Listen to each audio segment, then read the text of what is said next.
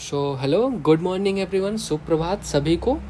तो चलिए शुरू करते हैं आज की क्लास। तो आज की करंट अफेयर्स हम क्लास करेंगे और इस करंट अफेयर्स क्लास में हम स्टैटिक जीके और पीवाई की साथ में करेंगे, ठीक है। प्रीवियस ईयर क्वेश्चन और स्टैटिक जीके तो साथ में कवर करते हैं, ठीक है। चलो क्वेश्चन नंबर 1, हाल ही में दुनिया का सबसे बड़ा कार्बन कैप्चर प्लांट मैमथ का परिचालन कहाँ शुरू किया गया। मैमथ लिख लो, मैमथ नाम आपको याद रखना है। ये है क्या पहले, वैसे CO2 कैप्चर प्लांट है और ये सबसे बड़ा प्लांट है, ठीक है, वर्ल्ड का। और इसका परिचालन अभी हाल ही में कहाँ शुरू किया गया है, आइसलैंड में, ठीक है। तो आइसलैंड में अभी इसका हाल ही में परिचालन शुरू किया गया है। अभी आइसलैंड की लोकेशन भी बता दूंगा आपको, आप समझ जाओगे, ठीक है। किस कंपनी ने ये स्थापित किया गया है, तो कंपनी का नाम भी आप लिख लो, क्लाइम वर्क्स, ठीक है। तो क्लाइम वर्क्स इस कंपनी का नाम है। तो क्लाइम वर्क्स कंपनी द्वारा इसका स्थापना परिचालन किया गया, ठीक है। तो ये दोनों बातों याद रखना है आपको, ठीक है। और ये किस टेक्निक पे काम करेगा, CO2 जो कार्बन डाइऑक्साइड होगी, तो CO2 रिमूवल टेक्निक पर आपको काम करेगा, ठीक है। तो ये भी आपको याद रखना है। चलो तो इतनी बातें आपको याद रखना है, ठीक है। अच्छा, आइसलैंड के बारे में एक बात और याद रखना, पता होगी, करंट अफेयर से रिलेटेड ही है, मैंने कुछ क्लास पहले कराया होगा। तो अभी हाल ही में लीफ एरिक्सन अवार्ड दिया गया था। तो लीफ एरिक्सन अवार्ड, किसी को याद है इस अवार्ड के बारे में, ये अवार्ड किसको दिया गया था। ये अवार्ड भी आइसलैंड में ही दिया गया था। कहाँ, किसको दिया गया था, इसरो को दिया गया था। अच्छा, इसरो की स्थापना कमेंट कर दो, इसकी स्थापना कब हुई थी, ठीक है। इसरो की स्थापना कमेंट कर दो आप सब। तो option number B Iceland correct answer हो जाएगा इसका, ठीक है। तो दुनिया का सबसे बड़ा जो कार्बन कैप्चर प्लांट मैमथ है, उसका परिचालन आइसलैंड में भी हाल ही में शुरू किया गया। तो इतनी बातें आपको याद रखनी है, ठीक है। चलो, तो इसरो की स्थापना कब हुई थी, 15 अगस्त डेट थी, और सन कौन था, 1969 को, ठीक है। तो ये बात भी आपको याद रखनी है। और मैमथ का उद्घाटन अभी हाल ही में आइसलैंड में हुआ और क्लाइम वर्क्स कंपनी द्वारा इसका निर्माण किया गया था, ठीक है। और ये CO2 रिमूवल टेक्निक पर काम करेगा। तो ये जो क्या होगा ना, वातावरण से, मैं भी इसका प्रोसेस बता देता हूँ। चलो नेक्स्ट स्लाइड में। तो देखो, ये एक टेक्निक है, ठीक है। पंखों से हवा खींची जाएगी, ठीक है। पंखों से हवा खींची गई और ये फिल्टर होने के लिए ये फिर इस फिल्टरेशन प्रोसेस में डाल दी जाएगी ये हवा। अब इससे जो हवा निकलेगी ना, ये CO2 रहित वायु निकलेगी, ठीक है। तो देखो, ये जो फिल्टर है, कैप्चर की गई CO2 को निर्मुक्त करने के लिए फिल्टर को गर्म किया जाएगा। तो जो CO2 रहित वायु होगी ना, स्वच्छ वायु, वो तो वायुमंडल में पहुंच जाएगी, ठीक है। तो CO2 रहित वायु का निर्मुक्त होना, और जो CO2 होगी उसको सिलेंडर में हम लोग कैप्चर कर लेंगे। तो इस टेक्निक पे ये पद्धति काम करेगी, ठीक है। कहाँ की गई है, आइसलैंड में, ठीक है। तो आइसलैंड, और इसका नाम क्या है, मैमथ। ये आप दोनों बातें आपको याद रखनी है, ठीक है। चलो, अच्छा, मैं मैप तो मैंने ऐड नहीं किया, चलो मैं मैप इसी पे बना देता हूँ। आप यूके, पता है ना यूके, आपको यूके है, यहाँ पे आयरलैंड है। तो यूके के जस्ट सीधे पे, या नॉर्वे है ना यहाँ पे ऊपर, जो नॉर्वे के सीधे में यहाँ पे आइसलैंड है, ग्रीनलैंड के नीचे जस्ट, ठीक है। तो अब अगर आपने मैप देखा होगा तो आपको पता चल गया होगा। चलो, CAR T सेल थेरेपी का संबंध किससे है, कैंसर से है। ये बहुत चर्चा में रहा सवाल है, तो इसको आप याद रखना। CAR T cell therapy cancer, इसकी घोषणा कहाँ की थी, इसका लॉन्च कहाँ किया गया था, IIT बॉम्बे में राष्ट्रपति द्वारा किया गया था, ठीक है। तो IIT बॉम्बे में राष्ट्रपति द्वारा इसको लॉन्च किया गया था। अच्छा, CAR का फुल फॉर्म क्या है, तो इसका फुल फॉर्म भी लिख लो आप, काइरेमिक एंटीजन रिसेप्टर, ठीक है। तो काइरेमिक एंटीजन रिसेप्टर इसका फुल फॉर्म है, ये आपको याद रखना है। सांसद खेल महाकुंभ 3.0 ये कभी हाल ही में कहाँ आयोजित हुए थे, तो बिलासपुर में ये इनका आयोजन हुआ था, ठीक है। बिलासपुर कहाँ है, हिमाचल प्रदेश में, ठीक है। तो बिलासपुर हिमाचल प्रदेश में इनका आयोजन किया गया। अंतर्राष्ट्रीय महिला दिवस 2024 के अवसर पर राज्यसभा के लिए किसे मनोनीत किया गया था, सुधा मूर्ति जी को, ठीक है। आप याद होगा, डॉलर बहू, इनकी बहू के नाम से जानी जाती है, ठीक है, सुधा मूर्ति। जो इन्फोसिस के डायरेक्टर हैं, हेड है ना, उनकी पत्नी है सुधा मूर्ति जी, ठीक है। तो ये भी आपको याद रखने हैं। चलो नेक्स्ट क्वेश्चन करते हैं। क्वेश्चन नंबर 2, वित्त वर्ष 2023-24 में भारत ने सर्वाधिक निर्यात कहाँ किया? तो 2023-24 की बात कर रहे हैं, ठीक है। तो और निर्यात की बात कर रहे हैं, तो सर्वाधिक निर्यात कहाँ किया गया, ठीक है। तो इसके बारे में आपको बताना है। तो वित्त वर्ष 2024 में 23-24 में भारत ने सर्वाधिक निर्यात यूएई में किया, ठीक है। यूएई में सर्वाधिक निर्यात किया गया। और हाँ, एक बात और याद रखना, पेट्रोलियम जो है ना, पेट्रोलियम एंड रत्न, जो रत्न जवाहरात होते हैं, इनके निर्यात में कमी आई है, इनके निर्यात में कमी आई है, डिक्रीज हुआ है, ठीक है। तो अभी हाल ही में 2023-24 में सब सर्वाधिक निर्यात भारत ने यूएई में किया था, ठीक है। अच्छा, यूएई की कैपिटल बताओ, चलो यहाँ पे लिख लो। यूएई की कैपिटल क्या है, करेंसी क्या है, ये सब बताओ। और यूएई में कॉप 28 हुआ, ये तुम बता ही देता हूँ। और एक कुछ और हुआ था यहाँ पे, एक हाल ही में घटना हुई थी, कृत्रिम वर्षा के कारण बाढ़ आ गई थी, ठीक है। कृत्रिम वर्षा के कारण बाढ़ आ गई थी। कृत्रिम वर्षा किससे होती है? AGI, ये भी आपको नोट करना है। तो कैपिटल क्या है यूएई की? Abu Dhabi. तो अबू धाबी यूएई की कैपिटल है। करेंसी क्या है? दिरहम, ठीक है। तो ये करेंसी बहुत ज़्यादा इंपॉर्टेंट है, इस करेंसी को आपको याद रखनी है, ठीक है। चलो ये बात आप याद रखना, ठीक है। तो इतनी बातें हो गई, इतना आप याद रखना, ठीक है। चलो, तो अभी हाल ही में 2023-24 सर्वाधिक निर्यात ऑप्शन नंबर बी यूएई में किया गया, ठीक है। चलो इतना आपको याद रखना है। कटलेस एक्सप्रेस अभ्यास कब हुआ, कहाँ हुआ, सॉरी, ये किसके किसके बीच हुआ? भारत और सेशल्स के बीच हुआ था, ठीक है। तो ये आपको याद रखना, भारत और सेशल्स। और इसमें कौन शामिल हुआ था? INS तीर शामिल हुआ था भारत की तरफ से, ठीक है।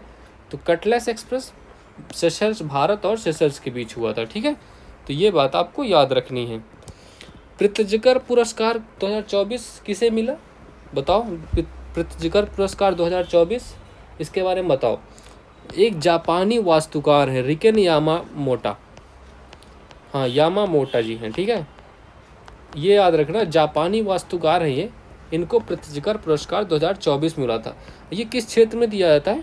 वास्तुकारों को दिया जाता है, ठीक है। किस भारतीय को भी मिल चुका है ये पुरस्कार? भारतीय जो हैं भारत के, उनका नाम छाप दो आप। तो उनका नाम क्या है? बालकृष्ण दोषी जी, ठीक है। तो बालकृष्ण दोषी जी को ये पुरस्कार मिल चुका है, भारतीय, ठीक है। चलो नेक्स्ट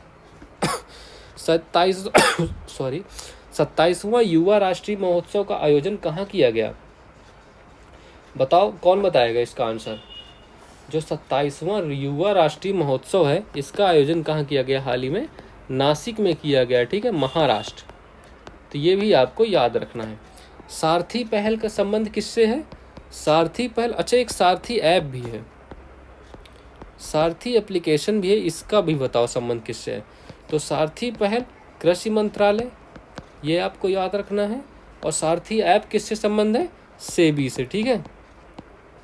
तो सेबी आपको याद रखनी है, ठीक है। चलो नेक्स्ट क्वेश्चन, हाल ही में भारतीय सेनाओं ने किसके साथ 7वां संयुक्त सैन्य अभ्यास शक्ति 2024 प्रारंभ किया?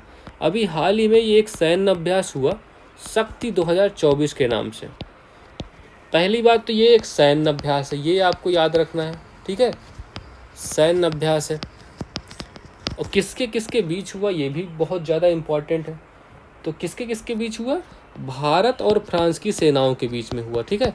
तो भारत और फ्रांस की सेनाओं के बीच में हुआ, और कहाँ हुआ? उमरोई, सॉरी, मुझे IPL से उमर जई करके एक प्लेयर है ना कोई, उसका नाम याद आ रहा था।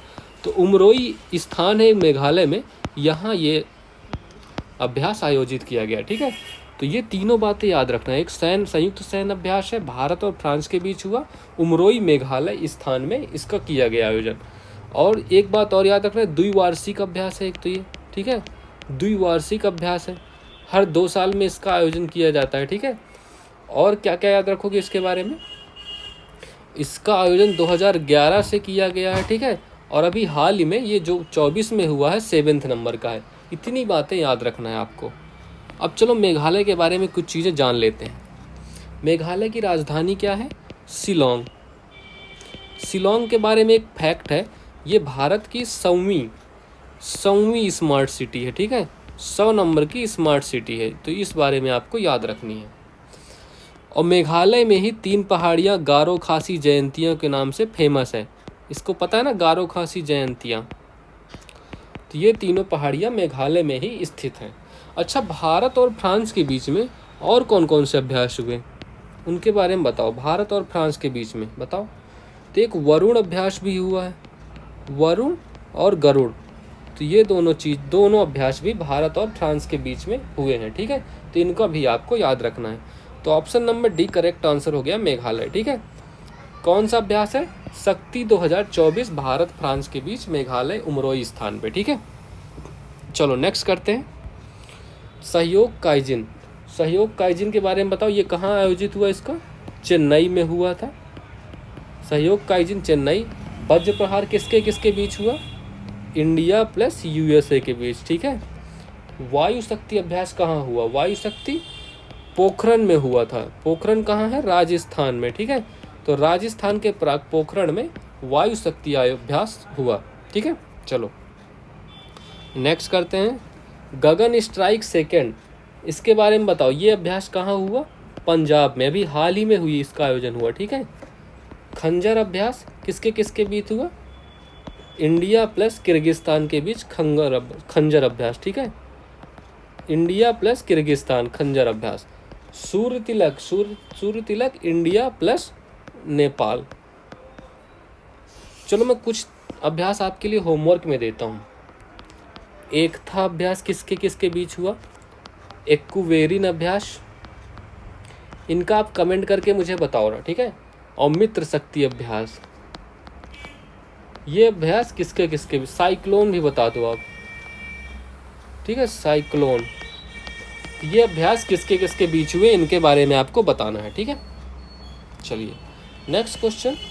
हाल ही में रूस के प्रधानमंत्री पद पर किसे नियुक्त किया गया? तो रूस के बारे में जानना है, ठीक है। अभी रूस के जो राष्ट्रपति महोदय हैं ना, उनका भी सिलेक्शन हुआ है। तो रूस के राष्ट्रपति तो प्रेसिडेंट तो पुतिन साहब ही हैं, ठीक है। अभी ये 89% वोट से जीत गए हैं। और दूसरा जो इनका अपोजिशन में जो कैंडिडेट था ना भाई साहब, उसकी जेल में ही मृत्यु हो गई। वो जेल में था और वहीं मर गया, समझ रहे हो। और इन्होंने कार्यकाल इस 6 वर्ष का हो गया है। तो 2024 से 2030 तक अब ये राष्ट्रपति रहेंगे, ठीक है। अभी हो सकता है अगले कार्यकाल में भी ये यही बने, 30 से 36 तक, क्योंकि ये समझ रहे हो ना इनके बारे में। चलो, कभी पीएम कौन बना है रशिया में?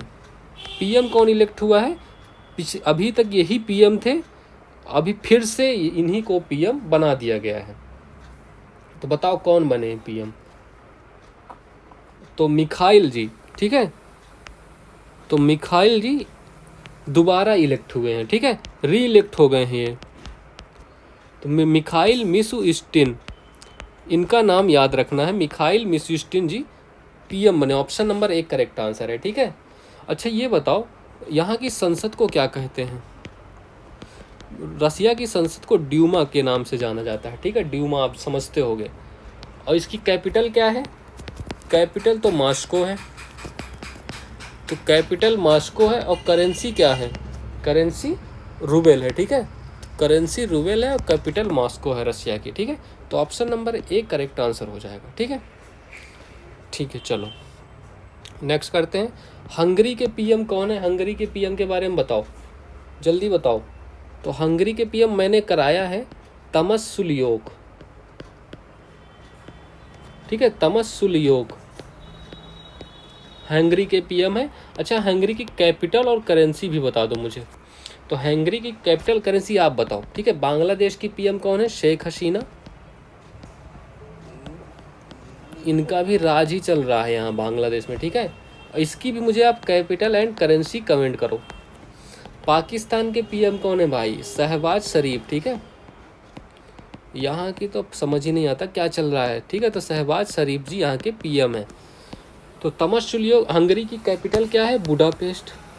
सबको पता होगी, ये बहुत इंपॉर्टेंट है। बुडापेस्ट है। करेंसी क्या है यहाँ की? करेंसी भी लिख लो आप, करेंसी आपको नहीं पता होगी, फ्रंट कहते हैं करेंसी को, ठीक है। बांग्लादेश की कैपिटल क्या है? ढाका, और इसकी करेंसी क्या है? टका, ठीक है। तो बांग्लादेश ढाका कैपिटल हो गई, करेंसी हो गई टका, ठीक है। चलो इंटरनेशनल कोर्ट, चलो इंटरनेशनल कोर्ट के बारे में बताओ मुझे कुछ चीज़ें। तो इसका पहले हेडक्वार्टर बताओ। हेडक्वार्टर द हेग में है, ठीक है। द हेग नीदरलैंड, सबको पता है नीदरलैंड में है ये स्थित है, ठीक है। और इसके चीफ जस्टिस कौन है? जस्टिस कौन है बताओ? नवाब सलेम। तो नवाब सलेम जी इसके जस्टिस हैं, और यहाँ 15 न्यायाधीश होते हैं, और इनका कार्यकाल कितना होता है? प्रत्येक न्यायाधीश का 9 साल कार्यकाल होता है। और यहाँ भारतीय न्यायाधीश कौन से हैं, उनका नाम लिखो। भारतीय न्यायाधीश कौन है अंतर्राष्ट्रीय न्यायालय में? भारतीय न्यायाधीश के बारे में बताओ भाई। तो भारतीय न्यायाधीश दलवीर भंडारी जी। तो दलवीर भंडारी जी यहाँ भारतीय न्यायाधीश हैं, ठीक है। इतनी बातें आपको याद रखनी है इंटरनेशनल कोर्ट के बारे में। सारथी पहल मैंने अभी दोबारा से करा रहा हूँ लगता है, तो कृषि मंत्रालय से संबंधित है, ठीक है ये। तो सारथी पहल कृषि मंत्रालय। चलो नेक्स्ट क्वेश्चन करते हैं। हाल ही में संयुक्त राष्ट्र अंतर्राष्ट्रीय फुटबॉल दिवस मनाने की घोषणा की गई है। कब संयुक्त राष्ट्र ने अंतर्राष्ट्रीय फुटबॉल दिवस कब मनाने की घोषणा की है? ठीक है, तो इंटरनेशनल फुटबॉल दिवस, तो संयुक्त राष्ट्र ने इसकी घोषणा की है। पहले तो यूएन ने घोषणा की है, यूएनओ ने, ठीक है। इतनी ये आपको याद रखनी है। और कब मनाया जाएगा? 25 मई को, ठीक है। तो 25 मई को आयोजन किया गया। ये घोषणा किसने की है? डेनिस फ्रांसिस जी ने, तो ठीक है, डेनिस फ्रांसिस जी ने ये घोषणा की है। इतनी बातें याद रखना। और डेनिस फ्रांसिस है कौन? तो डेनिस फ्रांसिस यूएन महासभा के अध्यक्ष हैं, ठीक है। तो डेनिस फ्रांसिस यूएन महासभा अध्यक्ष। इतनी बातें आपको डेनिस फ्रांसिस के बारे में भी याद रखनी है, ठीक है। चलो, तो इंटरनेशनल फुटबॉल दिवस कब मनाया जाएगा? अब से 25 मई को। अच्छा, एक फुटबॉल की एक संस्था है फीफा, इसके बारे में कुछ चीज़ें बता दो।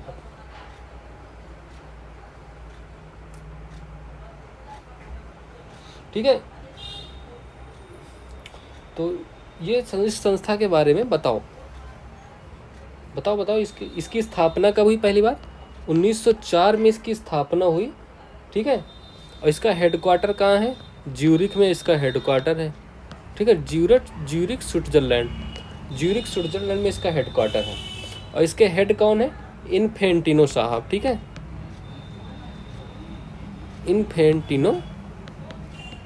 इन्फेंटिनो आप सही से लिखो यार, ये गलत लिख दिया गया मैंने, ठीक है। तो इन्फेंटिनो, ठीक है, ऐसा देखो, हाँ ये सही है। अभी हाल ही में इन्हीं को इंटरनेशनल खेल व्यक्तित्व का पुरस्कार भी मिला था, ठीक है। तो और क्या है? और ये हर 4 साल में फुटबॉल का वर्ल्ड कप होता है, ठीक है। तो हर 4 साल में फुटबॉल वर्ल्ड कप होता है। पहली बार कब हुआ था? 2022 वाला बताओ। 2022 वाला कतर में हुआ था, ठीक है। और कौन जीता था? अर्जेंटीना जीता था, फ्रांस को उपविजेता था, ठीक है। तो इतनी बातें याद रखना है। और 2026 में ये कहाँ होगा? तो नॉर्थ अमेरिका में 2026 में इसका आयोजन होगा। तो यूएसए, कनाडा, मैक्सिको, तीनों प्रांतों में इसका आयोजन किया जाएगा 2026 में। अच्छा, ये इंटरनेशनल फुटबॉल दिवस 25 मई को अभी क्यों स्टार्ट हुआ? क्या वजह रही कि 25 मई को ही चालू किया गया? क्योंकि 100 वर्ष पूरे हुए हैं फुटबॉल टूर्नामेंट को। पहला टूर्नामेंट कब हुआ था? 25 मई 1924 को हुआ था। इसी वजह से अब 25 मई से इंटरनेशनल फुटबॉल दिवस मनाया जाएगा, ठीक है। जितनी बातें आपको याद रखनी है। चलो नेक्स्ट करते हैं। यूएनओ के बारे में बताओ। यूएनओ की स्थापना कब हुई? पहली बार तो 24 अक्टूबर 1945 को इसकी स्थापना हुई, ठीक है। मैनहट्टन, न्यूयॉर्क में इसका, अच्छा मैनहट्टन क्या है ये बता दो। अच्छा मुझे, मैनहट्टन द्वीप में न्यूयॉर्क शहर स्थित है, ठीक है। तो न्यूयॉर्क में इसका हेडक्वार्टर है। इसके हेड कौन है? एंटोनियो गुटारेस जी हैं। तो एंटोनियो गुटारेस जी इसके हेड हैं, ठीक है। तो ये बात भी आपको याद रखनी है।